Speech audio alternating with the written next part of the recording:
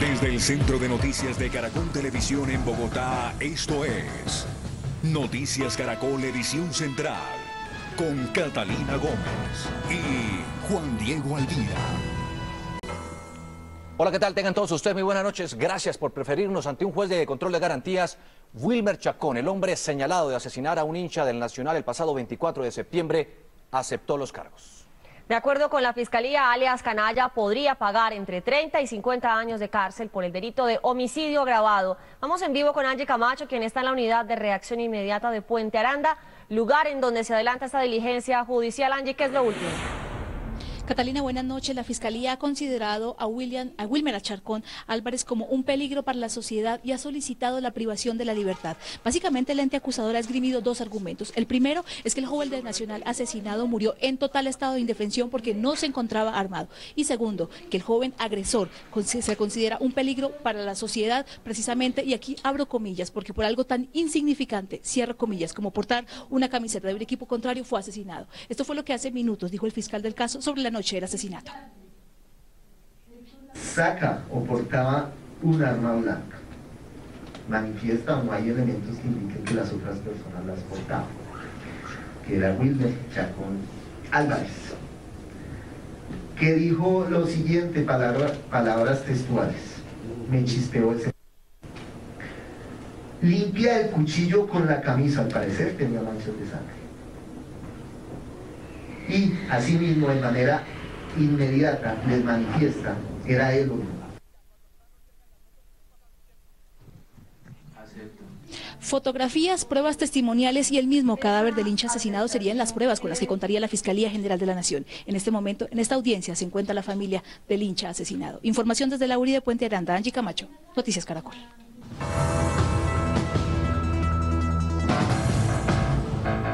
En Noticias Caracol, las noticias tienen contexto. Este tipo de hechos en los que mueren hinchas del fútbol por vestir una camiseta, por supuesto, no reduce la tensión entre los jóvenes de las llamadas barras bravas. La localidad de Engativá, en Bogotá, es reconocida por tener el mayor número de barristas.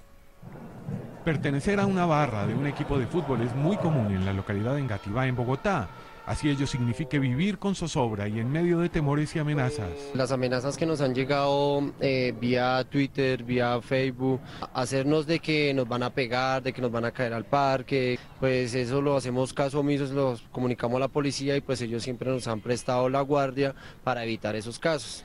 El alcalde de Engativá, Carlos Mauricio Naranjo, quien es muy cercano a ellos, reconoce su dimensión. Se calcula que por lo menos la mitad del barrismo de Millonarios puede estar concentrado en Engativá, puede estar alrededor de 5.000 barristas solo de Millonarios, obviamente seguido de barras de Santa Fe y otras barras como la de Nacional, obviamente aquí tenemos de América. El responsable de las llamadas barras bravas en Bogotá, Diego Carachas, asegura que no solo hay diferencias entre las barras de diferentes equipos, sino también entre las barras de un mismo equipo. Hay divisiones entre ellas mismas. Es el primero que se tiene que trabajar en la integridad de ellas mismas, para luego pasar ya a las diferentes hinchadas de los equipos. Sin embargo, líderes de barras como Jonathan del Nacional trabajan la paz diariamente entre los aficionados y con constantes llamados a la cordura. Esta es otra de las noticias importantes del día. Un funcionario de la Secretaría de Integración Social fue asesinado en su vivienda en el sur de Bogotá. El hombre realizaba labores de resocialización en la calle del Bronx y, según las autoridades distritales, ya había recibido amenazas. Mañana habrá un consejo de seguridad ante este hecho de violencia. Óscar Javier Molina Trujillo fue un habitante de calle durante varios años de su vida, pero tiempo después se rehabilitó y empezó a trabajar con la Secretaría de Integración Social, donde completó 14 años realizando trabajo social en la peligrosa zona del Bronx, en el centro de Bogotá. Óscar Javier es una persona que venía de ser habitante de calle, totalmente rehabilitado y al servicio de los habitantes de calle. Es un ejemplo de superación.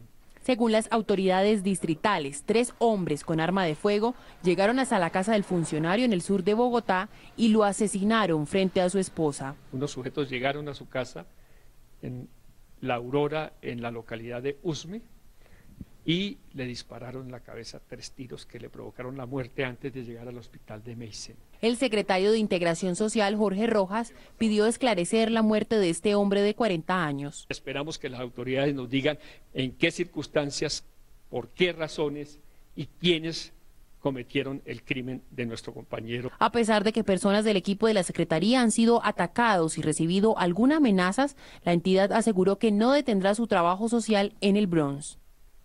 Hoy se conocieron las primeras imágenes del proceso de exhumación de los supuestos restos de Fidel Castaño Gil, reconocido como uno de los creadores de las autodefensas en Colombia.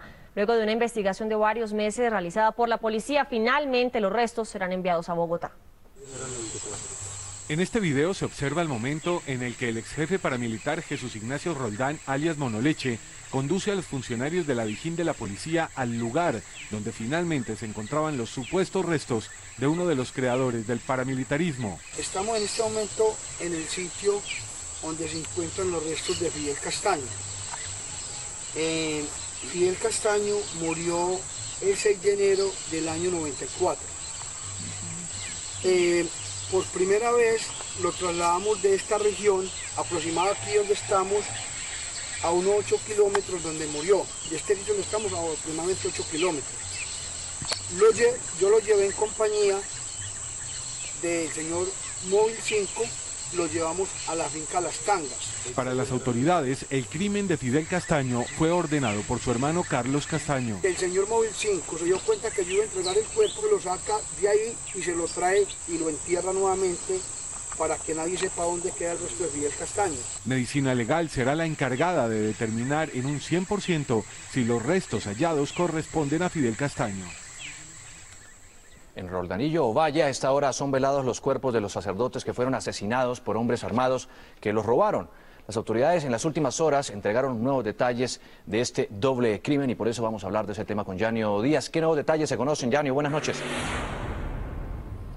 Juan Diego, buenas noches. Pues son detalles como que no hurtaron simplemente el dinero de la limosna, sino que se llevaron un iPad, un computador. También dijeron que al parecer estos asaltantes habían consumido sustancias alucinógenas y también pues que hubo sevicia en este homicidio. Estas son las pruebas que tienen las autoridades y que en este momento se analizan para dar con los culpables de este doble homicidio aquí en el municipio de Roldanillo. Tras un consejo de seguridad realizado en las últimas horas, las autoridades revelaron nuevos detalles del caso en que fueron asesinados los dos sacerdotes, al parecer cuando hombres ingresaron a la casa cural para hurtar el dinero de la limosna. Las autoridades aseguraron que los homicidas pudieron no estar en sus 5 sentidos. De alguna manera tiene que ver la cultura del narcotráfico, del microtráfico. Esto es ocasionado precisamente por esa fatalidad, ese salvajismo que produce el consumo de las sustancias estupefacientes. Razón por la que invitó a la comunidad a denunciar a los agresores. Porque estas personas no pueden andar sueltas, teniendo en cuenta que si lo han hecho hoy con nuestros guías, nuestros líderes espirituales, el día de mañana lo pueden hacer con cualquier persona. Por su parte, el obispo de Cartago dijo que los dos religiosos no solo fueron asesinados, sino que los atacantes actuaron con sevicia. A un hombre que le causan semejante cantidad de heridas, es muy aterrador, de verdad. Las autoridades reiteraron que existe una recompensa de 35 millones de pesos para quien dé información que conduzca al paradero de los homicidas.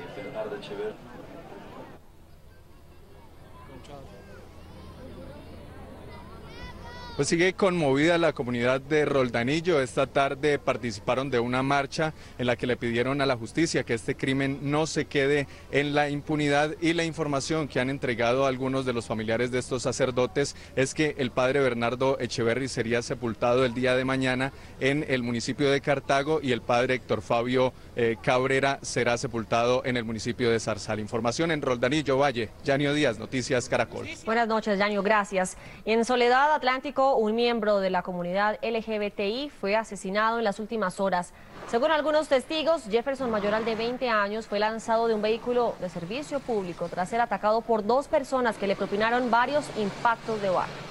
La comunidad LGBTI en el Atlántico lanzó una alerta debido a que en lo que va corrido de este año, 6 miembros de esa comunidad han muerto en ataques armados. De la misma forma, pidieron a las autoridades avanzar en las investigaciones de los crímenes. Entre la vida y la muerte se debaten un policía y un comerciante que resultaron heridos en hechos aislados de violencia en la ciudad de Cartagena, donde está Yesenia Carrillo en vivo con nosotros a esta hora. Yesenia, ¿cómo ocurrieron los hechos y qué dicen las autoridades? Buenas noches. Buenas noches, Juan Diego. El último hecho se registró en el barrio El Carmelo, suroccidente de Cartagena, donde según la policía, uno informado de esta institución se encontraba departiendo con amigos y vecinos. Hasta allí llegaron 6 hombres armados para asaltar a esta comunidad, a estos habitantes. Él sacó su arma de detección, de dotación para frustrar este atraco y resultó herido. El hombre fue trasladado a un centro asistencial donde es intervenido quirúrgicamente. El otro hecho se registró en el barrio Crespo, donde según familiares un comerciante resultó herido cuando conversaba con un amigo en la puerta de su casa por hombres que intentaron asaltarle el celular. Las autoridades de Cartagena ya se pronunciaron sobre esos hechos violentos registrados en las últimas horas. Estamos haciendo un seguimiento sobre todo a los sitios donde más se están desarrollando la concentración de los delitos. Para eso tenemos unos mapas y una georreferenciación de alrededor de unos 6-7 años. Según la policía, en lo corrido de este año se han registrado 883 hurtos a personas. Aunque la cifra es inferior a la del año pasado, aún la percepción de inseguridad, según la última encuesta del DANE, se mantiene como las más altas del país en la ciudad de Cartagena. Es la información desde la capital de Bolívar. Yesenia Carrillo, Noticias Caracol. ¿Y ahora qué sigue? Es la pregunta que muchos se hacen sobre la guerra interna en Siria, que después de 2 años parece no tener fin. Nuestro enviado especial, Pablo Herrera, nos cuenta cuál es la visión del conflicto de los combatientes de la oposición luego que se descartara una acción militar en ese territorio. Prepararse para la muerte es algo a lo que los sirios están cada vez más acostumbrados. Muchos soldados rebeldes encargan con anticipación la elaboración de sus lápidas. Quieren asegurarse de que en caso de muerte, lo que se escribe los representa a ellos y a su lucha. Una lucha con resultados amargos, más de 150.000 muertos contabilizados hasta ahora entre civiles y militares. Tras más de 2 años de conflicto, la victoria final se le resiste a los dos bandos. Se habla de empate técnico con las líneas de los frentes prácticamente estáticas desde hace tiempo. Ahora que se sabe que todo fue una gran mentira, lo más inteligente es seguir nuestra guerra.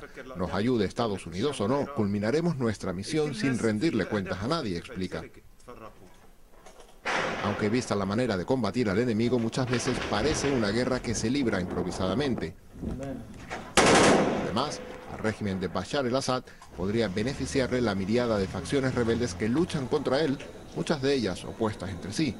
Los islamistas del Frente al-Nusra, vinculados con Al-Qaeda, son uno de estos grupos.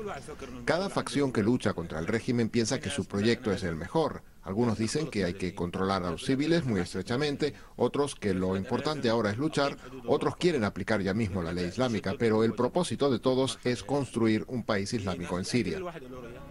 Al más alto nivel se reconoce que esta fragmentación no es buena.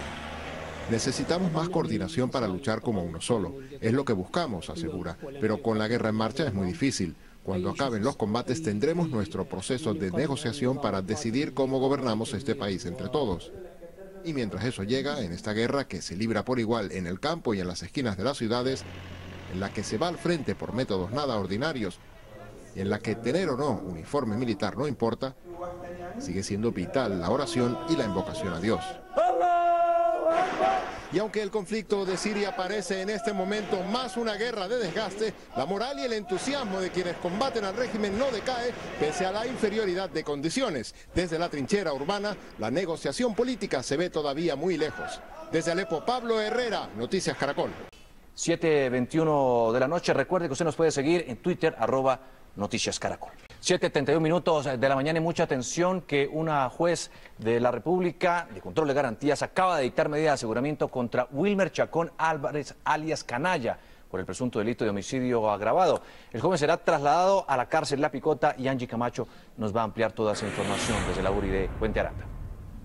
Juan Diego, pues precisamente la jueza acaba de decir que este joven sí considera un peligro para la sociedad, como ya lo había sustentado la Fiscalía General de la Nación, y añadió que este joven no se entregó de manera voluntaria y que en ese sentido él podría no comparecer a la serie de audiencias que siguen a este proceso. El joven podría purgar una pena que oscila entre los 30 y los 50 años por el delito de homicidio agravado, pues hay pruebas documentales como videos, fotografías que lo implicarían y que además señalarían que este joven era el único que estaba armado en el momento de la agresión a este hincha precisamente del Atlético Nacional. Aquí se encuentra su familia, estamos a la espera, por supuesto, de que ellos salgan y reaccionen sobre esta medida de aseguramiento, de esta noticia en desarrollo.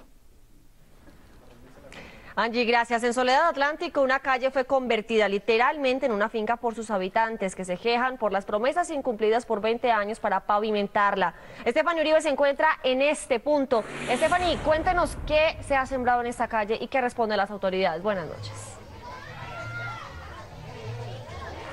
Catalina, buenas noches. Mire, yo quiero que sea usted misma y los televidentes los que vean lo que los habitantes de este sector han sembrado en plena calle. Aquí se puede encontrar desde yuca, plátano, ñame, hasta siembras frutales de níspero, guayaba, entre otras. Esto, según sus habitantes, es un mecanismo de protesta para que las autoridades cumplan con lo que se había pactado sobre la pavimentación de esta vía que está inconclusa desde hace 20 años y que además, según ellos, ya empieza también a afectar la estructura de las viviendas.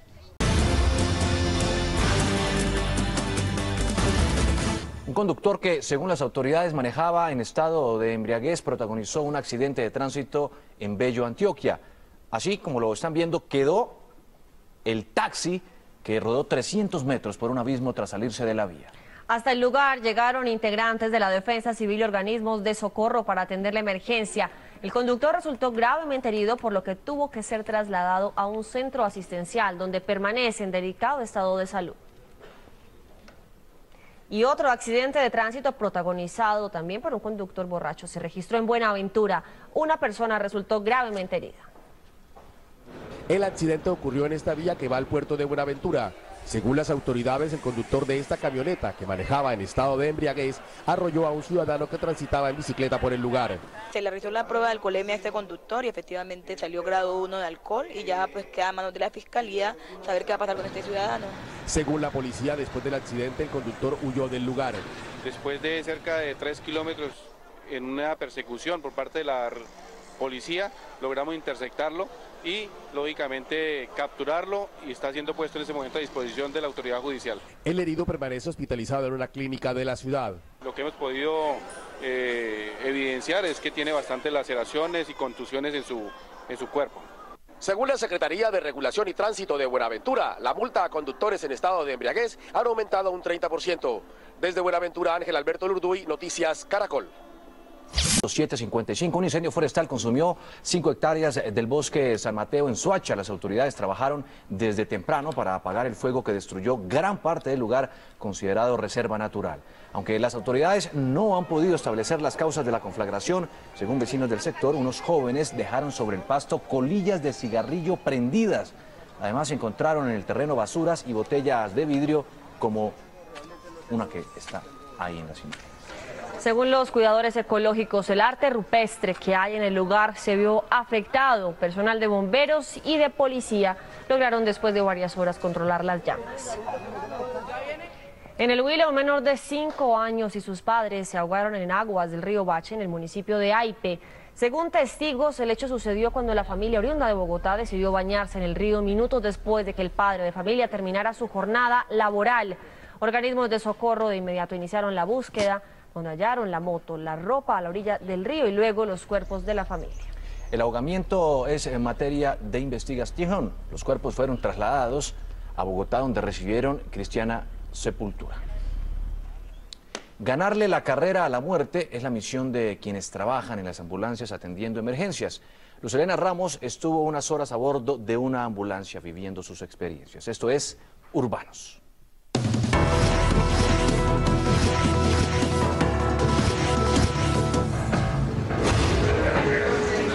Son las 9 de la mañana. Estamos en el Centro Regulador de Urgencias, donde se reciben las llamadas y se despachan las ambulancias en Bogotá. San Cristóbal, carrera 12. ¿Cómo es el trabajo? Conozco a la tripulación.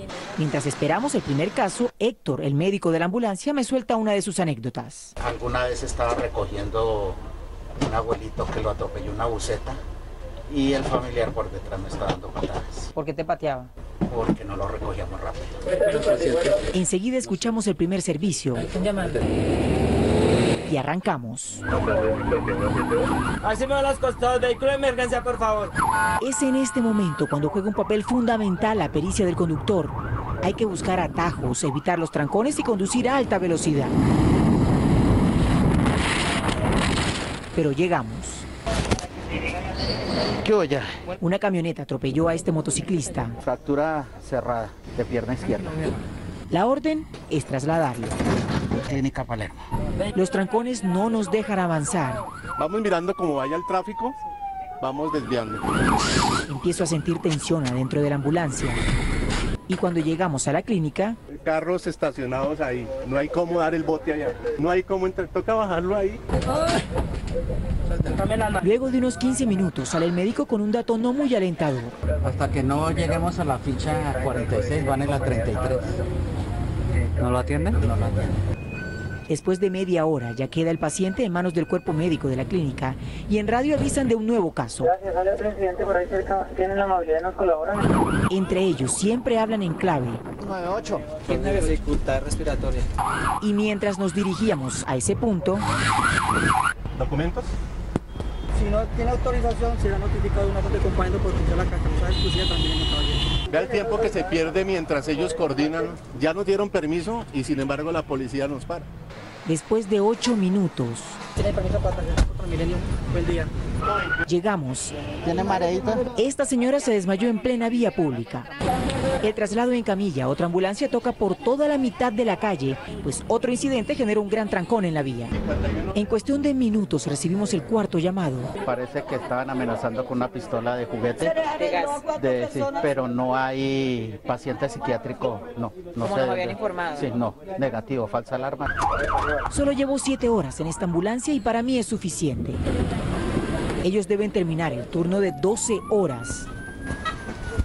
Tal como la frecuencia de un monitor cardíaco, las vivencias de estos profesionales suben y bajan entre satisfacciones. Saber que llego a mi casa sabiendo que cumplí con mi deber y que unas vidas de pronto no se perdieron. Y frustraciones, porque así como han visto sobrevivir a muchos, también han visto morir a otros. Urbanos. Llegamos así al final de Noticias Caracol. Nos reencontramos mañana muy temprano a las 6:23 con una nueva edición informativa. Ya viene séptimo día, esto es Noticias Caracol, primero en Noticias. Feliz noche. Buenas noches.